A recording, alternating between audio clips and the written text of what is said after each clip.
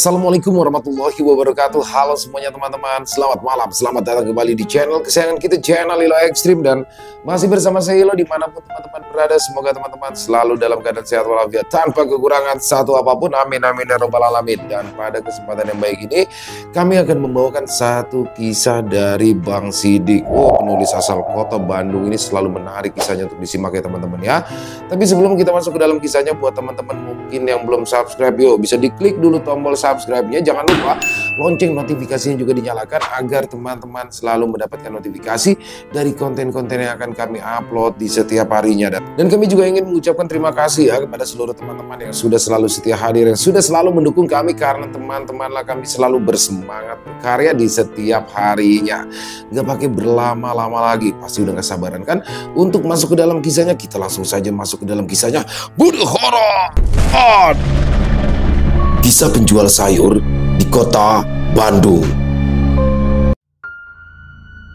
Perkenalkan, namaku Neng. Aku adalah anak dari Ibu Rodia, seorang ibu yang dulunya adalah pedagang di pasar yang letaknya tak jauh dari rumah. Dulu, kios ibu adalah tempat yang paling ramai di pasar. Setiap pagi, ibu selalu sibuk untuk melayani orang-orang yang berbelanja kebutuhan sehari-hari seperti sayuran, bumbu, juga makanan dan kue basah yang selalu habis sebelum jam 9 pagi. Tidak ada yang tidak mengenal nama Ibu Rodia. Seluruh pemilik kios di pasar mengenal ibu. Dia terkenal ramah dan selalu memberikan diskon kepada pembeli, membuat mereka selalu kembali dan membeli dagangan ibu di setiap harinya.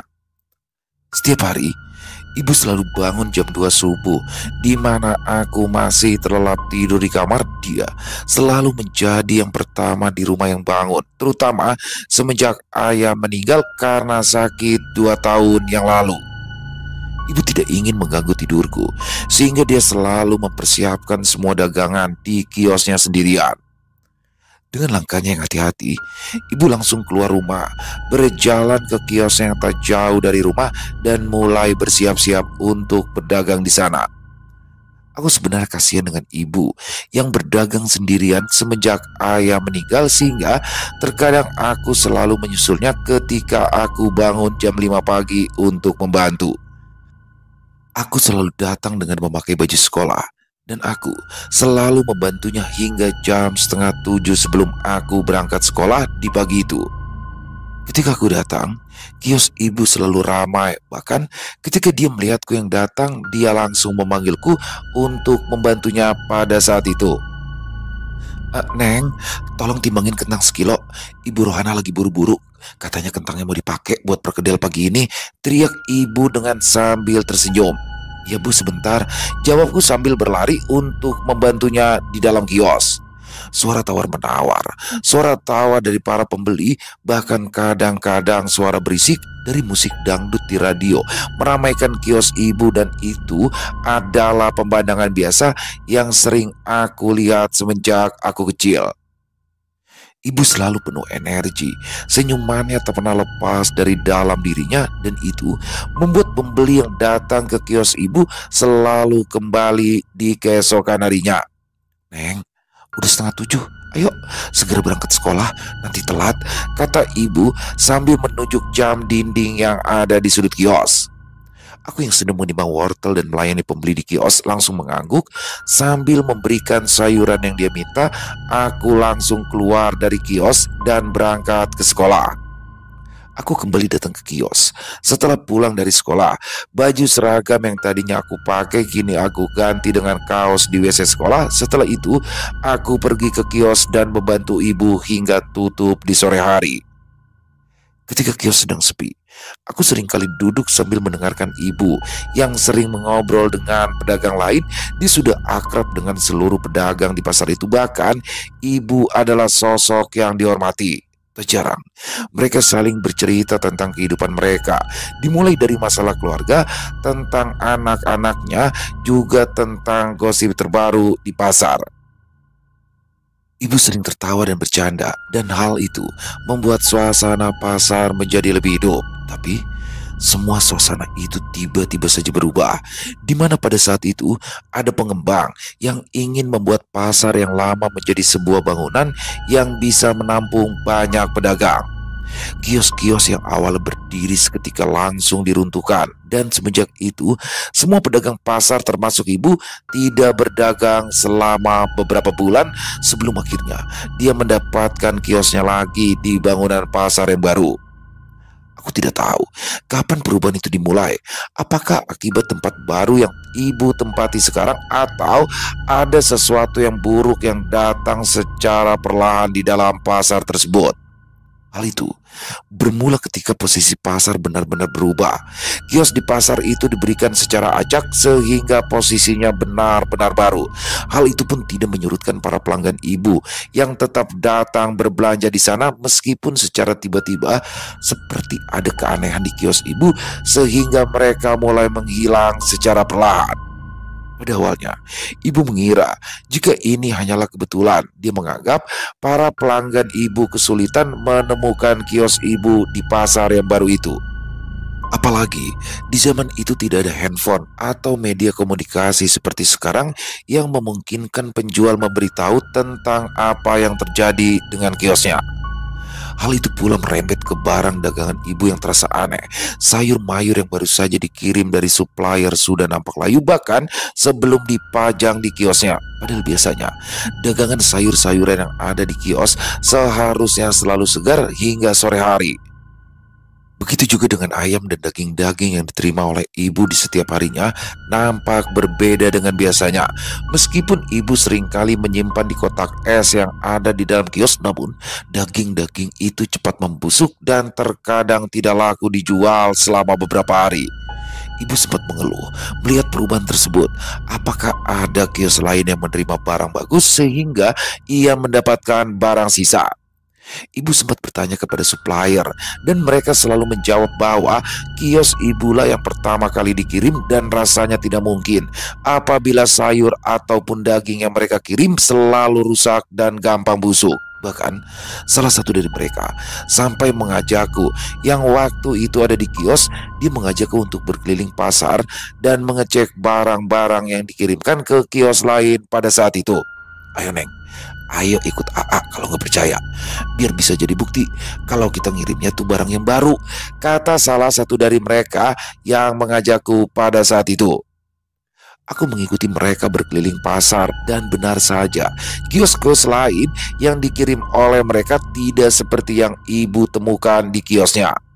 Sayur mayur dan daging yang mereka kirim nampak segar. Bahkan mereka bisa meyakinkan bahwa semua yang mereka kirim tidak ada layu dan busuk. Aku akhirnya kembali ke kios, memberitahu apa yang terjadi kepada ibu ketika berkeliling pasar, dan di sana ibu hanya bisa mengangguk tanpa berkata apapun. Sepertinya ibu tidak tahu harus menjawab apa karena baru kali ini dia merasa aneh dengan apa yang terjadi di kiosnya pada saat itu. 3 hari kemudian, tepat ketika ibu membuka warung jam 3 subuh, ibu didatangi oleh beberapa orang yang merupakan penjaga pasar. Ibu tahu mereka semua, sehingga ibu langsung menyapanya ketika mereka mendekat ke arahnya. Namun wajah-wajah mereka tampak pucat ketika mereka mendekati ibu yang sibuk menata barang di kios. Mereka berkata dengan nada pelan sambil melirik ke kiri dan ke kanan. Bu, maaf, kios ibu ini kalau malam apa ada yang jaga? Tanyanya dengan nada yang pelan. Ibu seketika menatap mereka semua seperti ada sesuatu yang ganjil dari apa yang mereka tanyakan. Enggak kok, nggak ada yang jaga. Karena Kang Akang juga tahu semenjak si bapak nggak ada mah nggak ada yang pernah nginep di kios. Jawabnya dengan nada kebingungan. Memangnya ada apa ya Kang? Tanya ibu yang mencoba mencari tahu apa yang terjadi. Mereka semua saling bertatapan. Lalu tak lama kemudian salah satu dari mereka berkata kepada ibu, enggak Bu, cuma sudah hampir 3 hari ini ketika kita berkeliling pasar pas malam, di kios ibu ini seperti ada orang. Soalnya suka dengar ada yang gedor-gedor kios dari dalam. Lalu kemarin si Ucu itu lihat kayak ada yang berdiri di dekat kios. Terus orang itu tuh kayak yang nyender gitu ke kios ibu. Awalnya si Ucu mah mau cari tahu siapa dia. Pas dia sampai ke depan kios, tiba-tiba ngilang gitu aja. Ibu yang mendengar keterangan itu hanya bisa diam, tatapannya tak pernah lepas dari mereka yang berbicara seperti itu padanya. Mungkin itu cuma orang lewat, kan biasanya juga malam-malam suka ada yang ke pasar nunggu subuh, jawab ibu yang mencoba berpikir positif atas apa yang diceritakan mereka. Tapi kalau ada yang nginep di dalam kios mah itu mah gak ada. Mungkin ada tikus di dalam kios kayaknya. Penjaga pasar itu menggelengkan kepala. Dia seperti yakin bahwa ada sesuatu yang aneh atas apa yang mereka rasakan pada saat itu. Tapi Bu, kalau misalkan di dalam kios akibat tikus mah mungkin itu bisa diterima. Tapi kalau bayangan yang selalu muncul di kios ibu tuh aneh. Soalnya tiap kita deketin selalu aja menghilang. Dan ketika itu tiba-tiba muncul bau yang gak sedap. Jawab salah satu dari mereka. Bau? Tanya ibu yang semakin heran dengan apa yang dibicarakan. Ya Bu, baunya bau bangke, seperti yang udah lama gak dibuang. Ibu tidak berkata apa-apa lagi. Semenjak penjaga pasar berkata seperti itu, bahkan ketika mereka semua pergi, ibu langsung membuka kotak es dan melihat sisa daging yang ada di dalamnya. Namun dia tidak yakin bahwa bau busuk yang mereka cium berasal dari daging-daging yang ibu simpan. Sejak saat itu, ibu nampak semakin berbeda. Ketika aku lihat, beberapa kali aku bertanya sebenarnya ada apa dengannya, namun ibu hanya tersenyum dan berkata bahwa dirinya tidak apa-apa. Aku juga mulai merasakan perubahan ketika berada di dalam kios. Entah memang udaranya pengap atau memang suasana di dalam kios yang tidak enak. Para pelanggan ibu pun secara perlahan berkurang.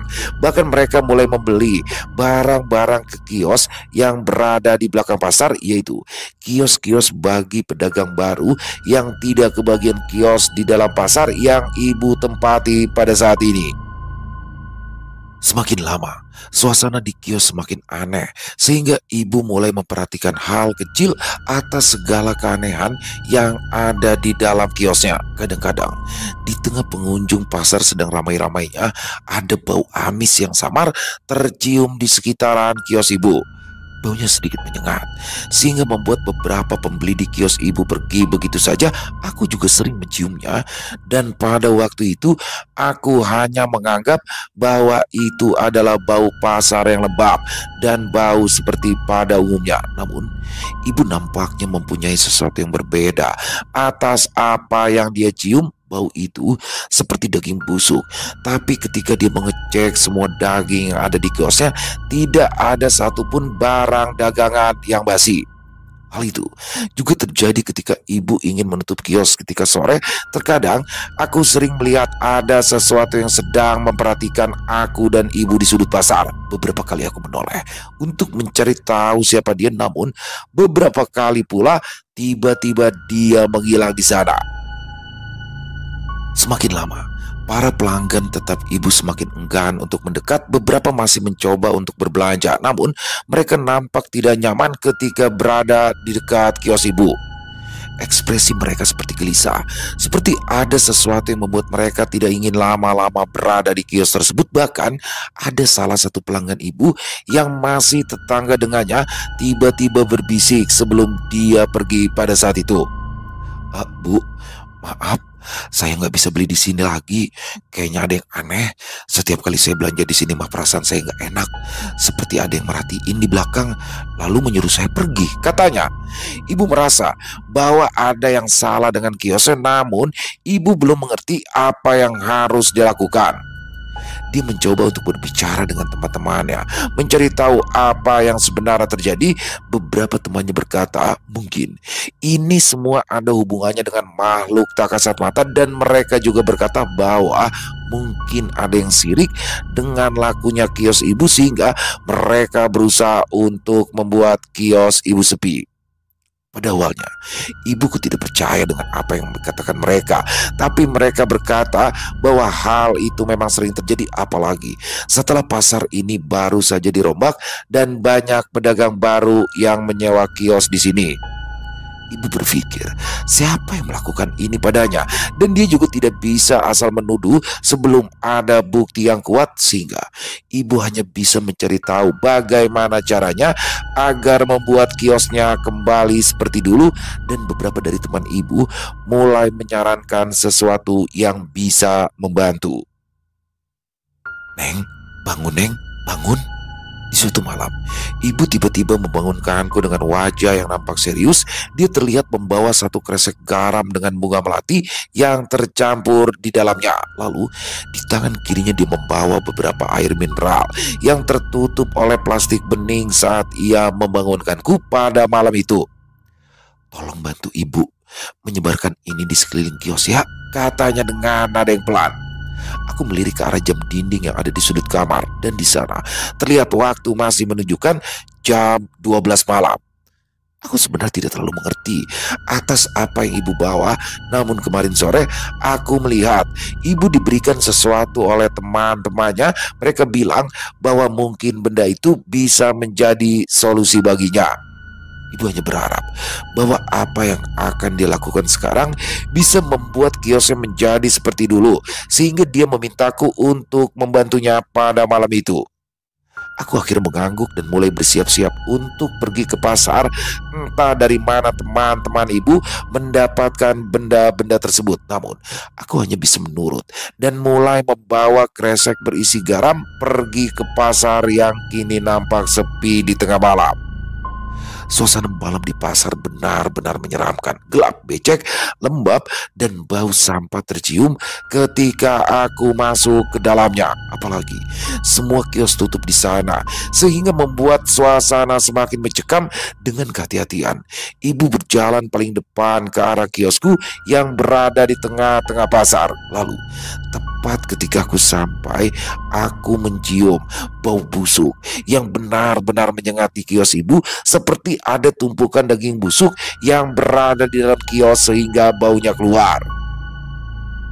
Ibu hanya bisa menggelengkan kepalanya. Terlihat wajahnya nampak sedikit pucat dengan air mata yang mulai mengalir. "Perasaan aku tidak pernah menyakiti orang yang ada di pasar ini. Kenapa ada orang yang tega melakukan ini padaku?" kata ibu sambil membuka tutup plastik air mineral yang ia bawa. "Aku tidak perlu tahu siapa yang melakukan ini. Namun semoga saja apa yang akan aku lakukan bisa membuat kiosku kembali ramai seperti dulu." Ibu langsung mengguyurkan air itu ke kiosnya yang tertutup rapat. Ketika berbicara seperti itu, lalu tiba-tiba saja duk, terdengar sebuah suara dari dalam kios, seperti ada orang yang memukul-mukul kios itu dari dalamnya. Sontak hal itu membuat ibu dan aku menjadi panik. Ibu langsung melirik ke arahku dan berkata, "Ayo Neng, cepat taburin garamnya ke sekeliling kios, cepat." Sambil mengangguk, aku langsung menaburkan garam itu ke sekeliling kios, dan suara gaduh di dalam kios semakin menjadi-jadi. Jujur, aku sangat takut pada saat itu. Tanganku bahkan bergetar ketika aku mendengar suara tersebut. Namun, ibu langsung membantuku dan menaburkan garam itu hingga semuanya habis tak bersisa. Suara gaduh itu tiba-tiba hilang ketika ibu selesai menaburkan garam di sekeliling kios. Namun tak lama kemudian aku melihat seperti ada sesuatu yang berdiri di sudut pasar. Bentuknya seperti bayangan dengan kedua mata yang menghitam. Dia menatapku dan ibu pada saat itu, dan ketika aku kembali menatapnya, tiba-tiba saja bayangan itu menghilang, disertai dengan bau busuk yang samar-samar tercium selama beberapa detik di pasar tersebut. Setelah meninggalkan pasar pada malam itu, ibu berkata bahwa kios tidak boleh dibuka seharian. Bahkan katanya ibu akan kembali nanti siang untuk membuang semua barang dagangannya dan menggantinya dengan barang yang baru. Pada awalnya aku tidak percaya bahwa itu bisa menjadi solusi atas sepinya kios ibu selama pindah ke bangunan pasar yang baru. Namun hal itu rupanya berhasil. Suasana kios ibu kembali ramai ketika aku membantunya sepulang sekolah. Bahkan tidak ada lagi bau busuk dan suasana tak nyaman ketika tinggal di sana. Secara perlahan, para pelanggan ibu pun kembali datang. Ketika ditanya ibu kenapa sudah lama tidak berbelanja di kiosnya, mereka menjawab bahwa beberapa hari kemarin mereka seperti malas datang ke kios ibu. Tapi hari ini mereka seperti ingin sekali ke kios ibu, ada rasa kangen dengan kios ibu dan mereka terdorong untuk kembali. Para pelanggan ibu yang menyebar ke beberapa kios lain di pasar akhirnya kembali lagi. Sayur mayur dan daging yang dikirim oleh supplier pun kini kembali segar dan tidak ada satupun yang cepat layu dan berbau busuk seperti beberapa hari yang lalu. Ibu juga sempat berterima kasih kepada para supplier karena memberi barang dengan kualitas bagus, bahkan dia memberikan beberapa lembar uang kepada supir dan kenek agar mereka terus memberikan barang-barang bagus itu ke kiosnya. Tak terasa, seminggu berlalu, kios ibu kembali ramai. Aku juga kembali sibuk seperti biasa untuk membantu ibu sebelum berangkat sekolah. Namun, hal itu tidak berlangsung lama. Tepat 1 bulan setelah kios ibu kembali normal, ada sesuatu yang terjadi kembali. Dan kali ini bukan kios yang berubah, namun malah tubuh ibu yang nampak berubah secara perlahan. Ibu yang biasanya bersemangat untuk berangkat ke kios di subuh itu kini nampak lemas, tubuhnya seperti tertekan dan merasa lelah. Ibu sepertinya sakit, namun dia tetap memaksa tubuhnya untuk berdagang di pasar meskipun aku melihat wajahnya tampak pucat pada saat itu. Bu, udah ibu istirahat, tutup aja dulu kiosnya sampai ibu sehat lagi, kataku yang melihat ibu nampak kelelahan. Ibu menggelengkan kepalanya. Dia berkata bahwa dia tidak mau membuat para pelanggannya kecewa. Aku bisa melihat ibu memaksakan tubuhnya agar terus bergerak, bahkan dia berusaha untuk ceria di depan pelanggan setianya. Semakin lama, ibu mulai mengeluh tentang sakit kepalanya yang tak kunjung reda. Dia juga merasa bahwa tubuhnya mulai terasa lemah. Aku sempat membawanya ke dokter, namun dokter berkata bahwa tubuhnya sehat. Dia hanya berkata bahwa mungkin ibu hanya kecapean dan memberi beberapa vitamin untuk tubuhnya. Entah apa yang terjadi kepadanya, tapi semakin lama aku melihatnya, tubuhnya semakin terasa aneh. Dia selalu mengigau, berteriak di dalam tidurnya seperti mimpi buruk yang selalu ia alami di setiap malam, sehingga tubuhnya terasa kecapean ketika bangun jam 3 pagi. Semakin lama, tubuhnya semakin lemah, namun dia seperti tidak ingin memperlihatkan kelemahan itu di depanku dan para pelanggan setianya. Ibu mungkin tidak ingin aku khawatir atas keadaannya, tapi aku bisa merasakan bahwa ada sesuatu yang mengganjal, dan itu sama seperti apa yang terjadi dengan kios ini beberapa waktu yang lalu. Pada suatu malam, tepat ketika kami berdua menutup warung dan membersihkan sisa-sisa dagangan, aku menemukan ibu berdiri di depan warung. Dia seperti memandang sesuatu di ujung pasar yang kosong. Wajahnya pucat, dan ketika aku mencoba untuk bertanya padanya sambil menepuknya, tiba-tiba saja ibu langsung muntah. Terlihat cairan hitam keluar dari mulutnya. Aku melihat tenggorokannya terasa sakit karena ia muntah-muntah sambil memegangi tenggorokannya. Aku langsung panik melihat hal itu. Baru kali ini ibu benar-benar kesakitan seperti itu. Tubuhnya yang sudah lemah seketika ambruk begitu saja, dan hal itu membuatku langsung berteriak untuk memanggil para pemilik kios yang lain untuk membantu ibu pada saat itu. Apa yang terjadi kepada ibu kini menjadi pembicaraan bagi para pemilik kios. Mereka merasa heran atas apa yang terjadi kepada ibu. Dan kini ibu terbaring lemah di salah satu klinik dekat pasar. Tubuhnya sangat lemah dan dokter berkata bahwa tubuhnya kekurangan cairan seperti muntaber sehingga dia muntah. Dokter bertanya padaku, apakah ibu ada salah makan atau dia pernah memakan sesuatu yang kurang bersih sehingga tubuhnya seperti ini. Aku menjawab bahwa ibu sangat memperhatikan kebersihan tubuhnya. Bahkan kios di pasar pun selalu dibersihkan total dan mengganti barang dagangan yang tidak laku, sehingga tidak mungkin ibu terkena muntaber. Dokter itu hanya menggelengkan kepalanya. Dia merasa ragu atas apa yang aku ucapkan, sehingga dia akhirnya memberikan resep dan membiarkan ibu pulang beristirahat terlebih dulu hingga kesehatannya pulih. Atas kejadian tersebut, akhirnya ibu mau tak mau harus beristirahat selama beberapa hari. Kios di pasar otomatis tutup dan tidak ada yang menjaganya karena aku tidak bisa menjaganya sendirian. Aku sempat bertanya, sebenarnya apa yang terjadi padanya sehingga ia muntah seperti itu. Dengan tubuh yang lemah, dia berkata padaku dengan nada yang pelan, "Ibu, ibu tadi ngelihat bayangan hitam di ujung pasar. Lalu tiba-tiba dia terbang menabrak tubuh ibu sehingga ibu merasakan sakit di tenggorokan dan muntah begitu saja. Sepertinya bayangan itu adalah bayangan yang sama dengan apa yang diceritakan sama penjaga pasar. Dan entah kenapa kini bayangan itu membuat tubuh ibu seperti ini." Aku hanya mengangguk pelan. Mendengar perkataan itu, mungkin itu adalah bayangan yang dulu membuat kondisi kios tidak nyaman. Namun aku masih belum mengerti kenapa ibu mendapatkan hal-hal seperti ini semenjak pindah ke kios yang baru. Setelah itu, aku menyuruh ibu untuk beristirahat sementara. Dan aku berkata bahwa aku tidak akan membiarkan ibu memaksakan diri kembali berdagang di kios sebelum benar-benar sehat. Namun tak mengapa, satu hari setelah kejadian itu, tubuh ibu kembali sehat secara mendadak. Semua penyakit yang dia rasakan mendadak hilang dan tubuhnya kembali seperti semula. Seperti ada sesuatu yang aneh pada tubuhnya. Dan di hari kedua, tiba-tiba ibu ingin kembali ke pasar. Aku sempat melarang, bahkan aku sempat berdebat dengannya pada saat itu. Tapi ibu hanya berkata bahwa dia tidak apa-apa dan dia harus kembali ke pasar karena tidak mau para pelanggan menunggu terlalu lama.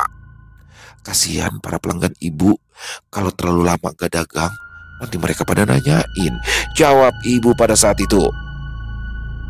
Aku tidak bisa melarang ibu ketika melihat tubuh ibu sudah kembali sehat dan bugar, sehingga aku hanya berkata bahwa ibu jangan terlalu kecapean agar tidak terjadi hal seperti kemarin.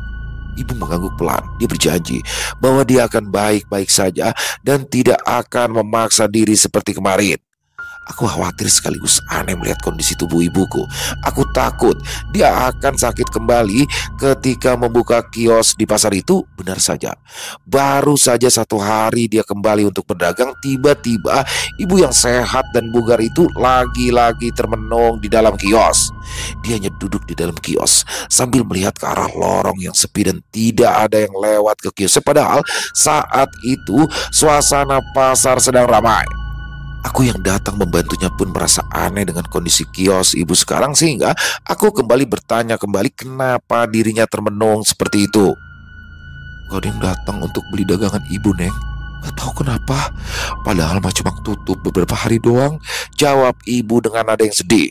Aku juga baru sadar ketika ibu berkata seperti itu karena sepanjang lorong tidak ada satupun pembeli yang datang dan melintas ke kios ibu. Bahkan tidak ada satupun yang datang ke kios-kios yang ada di sepanjang lorong ini.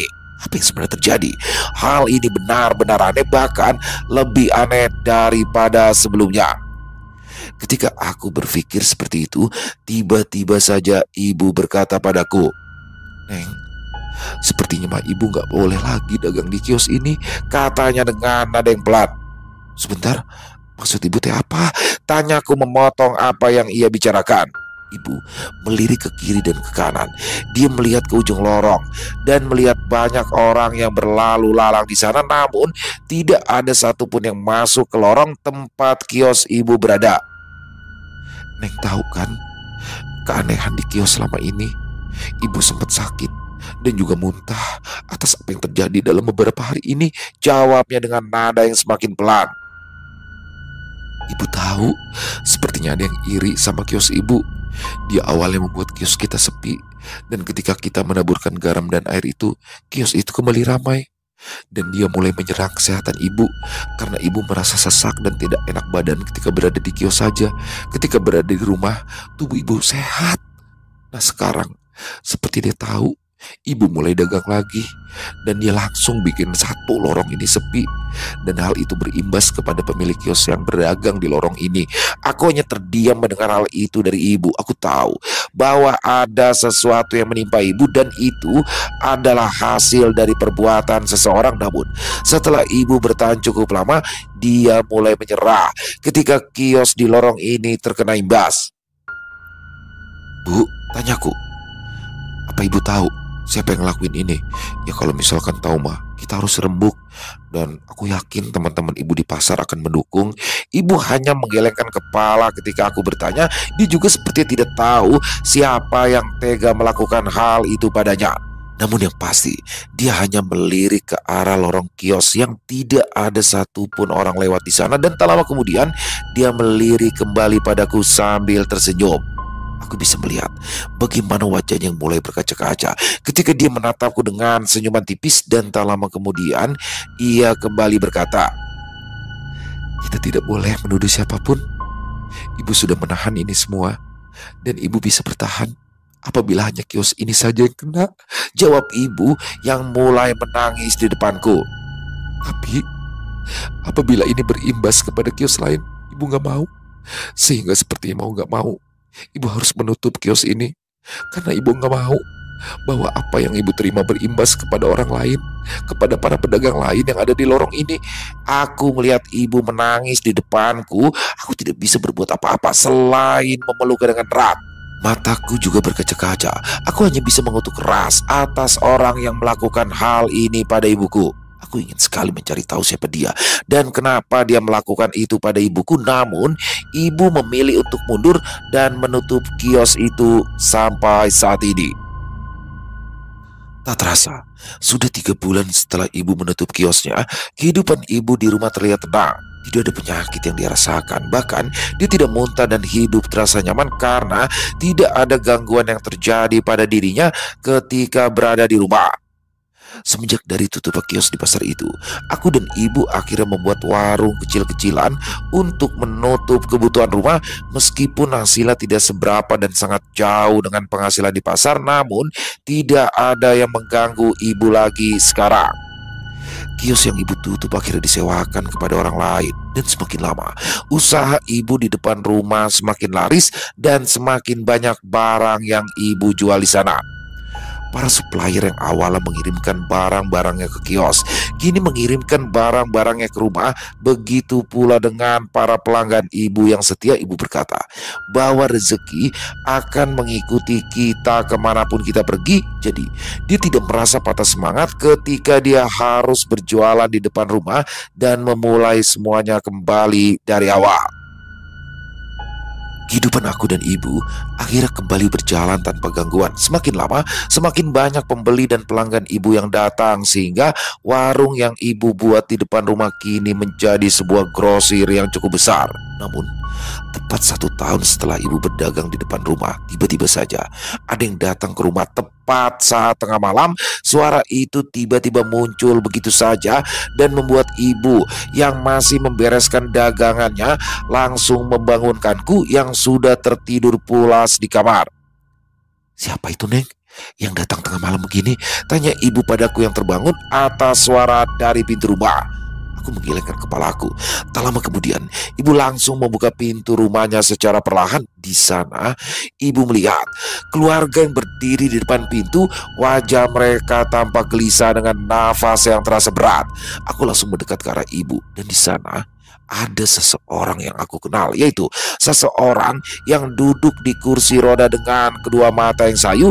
Dia tampaknya sakit dengan tubuh yang lemah, dan aku hanya bisa melihat tubuhnya yang bernafas dan tidak berdaya di sana. Ibu tidak tahu apa yang terjadi, namun ketika dia melihat bahwa orang yang duduk di kursi roda adalah orang yang dia kenal ketika di pasar, ibu seketika mengajaknya masuk dan mencari tahu maksud dan kedatangan mereka di dalam rumah. Mereka akhirnya duduk di dalam rumah. Aku masih memperhatikan orang yang sedang duduk di kursi roda. Tubuhnya nampak memprihatinkan. Tubuhnya terbungkus kain lusuh dengan wajah pucat dan mata yang sedikit tertutup. Bibirnya kering dan pecah-pecah. Tangannya terlihat sangat kurus dengan dengus nafas yang berat. "Maaf, kira-kira ada perlu apa keluarga Bu Darmi malam-malam begini?" tanya ibu yang terlihat kebingungan atas apa yang dilihat di depan matanya. Mereka semua saling memandang satu sama lain. Mereka nampak tidak berani untuk mengungkapkan tujuan mereka datang ke rumah ini. Lalu tak lama kemudian nampak salah seorang dari mereka mulai bicara, dan itu adalah anak tertua dari Bu Darmi yang duduk di kursi roda. "Bu, Maafkan kami datang jam segini, katanya dengan suaranya yang berat. Tapi kami selaku anak-anak dari ibu sudah tidak tahu lagi harus kemana. Akhirnya mereka semua bercerita bahwa Bu Darmi sudah 2 bulan ini terserang penyakit misterius. Sudah berbagai pengobatan dia lakukan namun tak ada hasilnya. Entah apa penyakitnya. Namun menurut anak-anaknya, dia tiba-tiba merasa lemas ketika berada di pasar dan dia tidak mau makan sehingga tubuhnya menjadi kurus. Anak-anaknya sudah kesana kemari untuk menyembuhkan Bu Darmi, namun tidak ada hasil dan kesehatannya malah semakin parah. Dia bahkan sudah membawa Bu Darmi ke sebuah rumah sakit besar yang ada di kota. Namun setelah hampir seminggu lamanya tidak ada perubahan dari penyakitnya, sehingga mereka harus membawanya pulang ketika tidak ada biaya lagi untuk membayar tagihan di rumah sakit tersebut. Anak-anak Bu Darmi benar-benar kebingungan. Mereka tidak tahu harus berbuat apa agar ibunya kembali sehat. Mereka yang awalnya membawa Bu Darmi ke dokter dan rumah sakit, akhirnya membawa ke tempat pengobatan tradisional dengan harapan kondisi Bu Darmi membaik. Namun di sana mereka malah kena marah, bahkan mengusir Bu Darmi dan keluarganya dari tempatnya. Salah satu anak yang paling tua berkata bahwa ini adalah penyakit atas perbuatan Bu Darmi sendiri dan orang dari pengobatan tradisional itu tidak bisa membantunya. Dia berkata bahwa Bu Darmi akan seperti ini hingga dia meninggal, bahkan dia akan terus menderita dan jiwanya akan terganggu kecuali ada seseorang yang memaafkannya atas apa yang pernah dia lakukan dulu. Saya tidak tahu harus melakukan apa lagi. Saya juga tidak tahu apa yang ibu saya perbuat. Tapi ketika pulang dari pengobatan tradisional itu, ibu berkata dengan sisa tenaganya bahwa dia ingin minta maaf atas kesalahannya terdahulu, kata anak Bu Darmi sambil tertunduk. Wajah ibuku tiba-tiba mengernyit. Minta maaf? Tanyanya bingung. Aku memandangi ibu perlahan. Aku sendiri tahu maksud dari pembicaraan anak Bu Darmi itu. Namun ibu nampaknya benar-benar sudah melupakan, atau mungkin pura-pura lupa atas apa yang ia katakan. Anak dari Bu Darmi kembali menelan ludah. Dia melirik ke arah adik-adiknya dan melirik ke arah ibunya yang nampak lemas di kursi roda. Ibu Darmi, dialah yang dulu membuat ibu sudah keluar dari pasar. Dia kembali menunduk. Dia seperti berat untuk menjelaskan kepada kami berdua pada saat itu. Ibu saya merasa tersaingi karena ada kios lain yang lebih ramai, sehingga dia melakukan sesuatu yang seharusnya tidak dia lakukan dalam hidupnya. Kita selaku anak-anaknya tidak tahu kenapa ibu tega melakukan itu. Bahkan dia menutupinya dari kami berdua. Namun ketika dia sakit seperti ini, saya baru tahu bahwa ini adalah resiko dari apa yang telah dia lakukan. Apa yang dia katakan membuat semuanya mendadak hening. Angin dingin di luar tiba-tiba berembus pelan. Pada saat itu ibuku hanya diam dan menatap mereka. Aku bisa merasakan perasaan ibuku yang tercampur aduk sekarang. Apa yang terjadi di kios pasar itu yang sudah ia lupakan kini kembali muncul dan membuat dirinya hanya bisa diam dan menggelengkan kepalanya. Aku tahu ibuku terluka, bahkan mungkin ibuku bersedih karena ada orang jahat padanya dulu, dan kini orang itu datang padanya dan meminta maaf atas apa yang ia perbuat. Ingin sekali aku berteriak, memaki mereka semua. Kemarahanku benar-benar menumpuk ketika mereka datang dengan memelas kepada ibu. Mereka tidak merasakan bagaimana nasib ibuku pada waktu itu, dan mereka tidak merasakan bagaimana kondisi ibuku sehingga dia merelakan untuk pindah dan tidak berdagang lagi di pasar akibat hal itu. Aku menggenggam erat tanganku. Ingin rasanya aku menggebrak meja di depan mereka sekarang. Namun ibu seperti menahanku. Dia hanya melirikku dan langsung mengusap-ngusap kepalaku dengan lembut. Sabar, itu hanya masa lalu. Ibu tahu kamu marah apabila mengingat waktu itu. Tapi kita tidak boleh terlena dalam masa lalu, kata ibu yang mencoba menenangkanku pada saat itu. Anak tertua dari Bu Darmi tampak berkaca-kaca. Dia mungkin merasakan apa yang kita berdua rasakan ketika ibunya melakukan sesuatu yang jahat pada kami. Lalu tak lama kemudian, anak Bu Darmi itu tiba-tiba menangis. Air matanya mulai mengalir sambil dia berkata, "Bu, Saya mohon, maafkan ibu saya. Tolong, terlepas apa yang terjadi pada saat itu, saya mohon, maafkanlah dia. Apabila memang ibu butuh ganti rugi, kami siap untuk membayar. Aku bisa melihat bagaimana ibuku menghela nafas ketika anak wanita itu menangis dan memohon kepada ibuku agar ibunya bisa dimaafkan. Ibuku mulai mengingat kembali semua luka yang ia terima, kios yang harus ditinggalkan, perjuangan membangun usahanya kembali dari nol di depan rumah. Dia juga kembali mengingat bagaimana dia harus berjuang setiap harinya dengan rasa gelisah karena pendapatannya tidak cukup untuk menutup kebutuhan keluarganya. Dan penyebab dari semua itu adalah wanita yang kini duduk tak berdaya di kursi roda yang berada di depannya. Tapi aku bisa melihat bahwa ibuku bukanlah orang yang hidup dalam kebencian. Aku sudah bisa merasakan ketika ibuku tidak membalas atas apa yang Bu Darmi lakukan padanya ketika masih berjualan di pasar pada saat itu. Butuh waktu yang cukup lama untuk ibuku bisa bergerak dari duduknya. Dia mulai berdiri dengan perlahan, mendekati Bu Darmi yang duduk lemas dan tak berdaya di sana. Ibuku mengangkat tangannya dengan pelan, meraih tangan Bu Darmi yang kurus dengan tubuh yang gemetar. Lalu tak lama kemudian dia berkata, "Saya memaafkan kamu, Bu Darmi," katanya dengan suara yang bergetar. "Apapun yang terjadi pada masa lalu, saya sudah memaafkan kamu." Seketika udara yang ada di dalam ruangan itu berubah. Suasana menjadi lebih dingin dari sebelumnya sehingga membuatku menggigil kedinginan. Lalu tepat ketika ucapan itu terucap dari mulut ibuku, aku melihat tubuh Bu Darmi yang kaku mulai perlahan bisa digerakkan. Bibirnya bergetar dengan mata yang mengeluarkan air mata. Tak lama kemudian, dia kembali berkata kepada ibu dengan nada yang pelan bahkan hampir tidak terdengar, "Terima kasih." Nafas mendadak terhenti. Ketika dia berkata seperti itu, tubuhnya yang kaku itu perlahan melemas. Kepalanya seketika jatuh ke samping dan udara yang ada di ruangan itu mendadak terasa hampa. Anak wanita yang duduk di sampingnya langsung menjerit pelan atas apa yang dia lihat, sementara anak tertuanya hanya bisa memejamkan mata sambil menundukkan kepalanya dengan berat. Bu Darmi tampaknya telah pergi di depan ibu pada tengah malam itu. Seketika tangisan mulai terdengar mengiringi kepergiannya. Keluarganya langsung memeluk tubuhnya, sementara ibuku hanya terdiam menatap sosok yang kini terbebas dari penderitaan atas apa yang dilakukan terhadap keluarganya. Aku hanya diam, tidak melakukan apa-apa. Aku hanya melihat tangan ibu yang gemetar. Dia mencoba tetap tegar atas apa yang terjadi di dalam rumahnya. Namun di satu sisi, aku tidak melihat ada kebencian darinya. Yang ada hanyalah sebuah ketenangan dan keikhlasan darinya. 1 hari berlalu setelah kejadian itu. Bu Darmi akhirnya dimakamkan di pemakaman kecil di pinggir kota. Langit terlihat mendung di hari itu, seakan-akan sedang berduka dengan atas apa yang terjadi kemarin di tempat ini. Ibuku kembali beraktivitas seperti biasa. Dia tidak terlalu banyak bicara atas apa yang terjadi pada malam itu. Semuanya nampak sudah dilupakan. Dia kembali tersenyum kepada pelanggan setia yang datang untuk membeli dagangannya seperti biasa.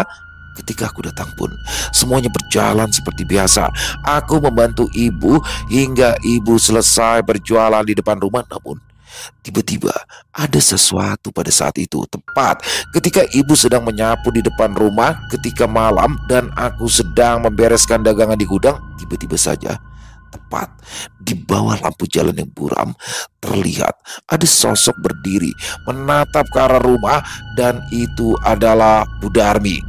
Sosok itu terlihat transparan ketika lampu jalan meneranginya, dan tubuhnya terlihat lebih sehat dengan wajahnya yang bersih dan sedikit pucat.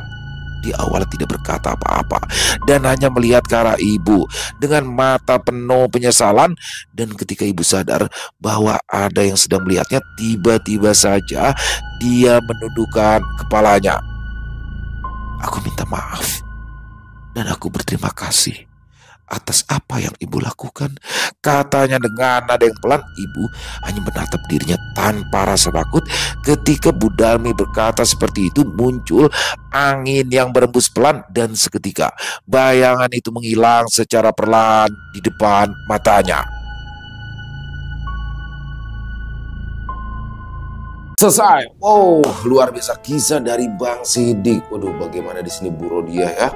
Ibu daripada Neng ini mendapatkan kiriman guna-guna dari pesaingnya di kios pasar. Jadi memang banyak sekali ya kisah seperti ini, dan persaingan di pasar itu memang ketat sekali. Bahkan ya itu sampai ada yang tega mengirimkan sesuatu yang jahat kepada Bu Rodia, padahal di sini Bu Rodia tidak pernah melakukan apa-apa ya. Jadi bersaing secara sehat memang, karena Bu Rodia sayurannya segar, daging-dagingnya segar, ikan-ikannya segar ya. Jadi dia lebih dipilih. Tapi di sini Mbok Darmi ya, Bu Darmi pesaingnya merasa tersaingi hingga akhirnya mengirimkan sesuatu yang jahat, yang mana ketika Bu Rodia menerimanya dengan ikhlas, dia akhirnya sempat berusaha ya, tapi ketika dia melihat kok kiriman ini berimbas juga kepada para pedagang lain yang ada di sekitaran blok dia. Nah disitulah dia langsung nggak bisa.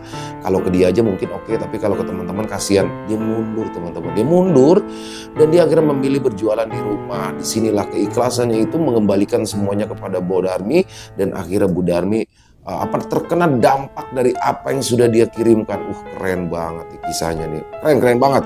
Dan bagaimana di sini keikhlasan mengembalikan santet atau guna-guna yang dikirimkan oleh Bu Darmi, sehingga Bu Darmi harus minta maaf karena apa yang dia derita saat itu hanya bisa sembuh dengan perkataan maaf dari orang yang pernah disakitinya. Setelah dia minta maaf, selesai, sudah terlepas dari penderitaan, tapi harus berakhir hidupnya. Luar biasa. Terima kasih Bang Sidik atas kisah luar biasanya. Banyak sekali hikmah yang bisa kita petik dalam kisah barusan ya teman-teman, luar biasa sekali. Dan semoga saja kisah barusan bisa menghibur teman-teman semua para pecinta penikmat horor misteri, lebih khususnya lagi kepada para subscriber dari channel Ilo Ekstrim. Buat yang mungkin punya komentar lain, punya pendapat lain, bisa menuliskannya di dalam kolom komentar ataupun hanya sekedar saling menyapa. Silakan, insya Allah kami akan menjawab satu persatu. Buat teman-teman yang suka dengan videonya, bisa diklik tombol like-nya ya, tombol jempolnya, boleh juga dibantu di share link videonya ini ke teman-teman yang lain agar juga ikut merasa terhibur. Dan buat teman-teman mungkin yang belum subscribe, dong diklik dulu tombol subscribe, jangan lupa lonceng notifikasinya dinyalakan agar teman-teman selalu mendapatkan notifikasi dari konten-konten yang akan kami upload di setiap harinya. Dan untuk channel Ilo Ekstrim kami upload setiap hari teman-teman ya, setiap malam jam 7 malam waktu Indonesia bagian Barat. Oh iya, buat teman-teman mungkin yang punya kisah horor misteri yang apabila mungkin berkenan dibawakan di channel kami, bisa mengirimkannya ke nomor telepon kami yang ada di sini, bebas ya. Kirimannya boleh dalam bentuk rekaman suara, boleh dalam bentuk tulisan, senyamannya teman-teman aja pokoknya. Buat teman-teman yang sudah mengirimkan kisah, kami ucapkan terima kasih. Di akhir kata, saya Ilo mengucapkan permohonan maaf apabila mungkin dalam pembawaan kisahnya ada kata-kata saya yang salah ataupun ada kata-kata saya mungkin yang kurang berkenan. Saya mohon dibukakan pintu maaf yang seluas-luasnya. Sampai berjumpa lagi di konten-konten kami selanjutnya yang pasti tidak kalah ngerinya, pasti tidak kalah seramnya. Masih bersama saya Ilo di channel Ilo Ekstrim. Salam sehat, sukses selalu untuk kita semua. Wassalamualaikum warahmatullahi wabarakatuh.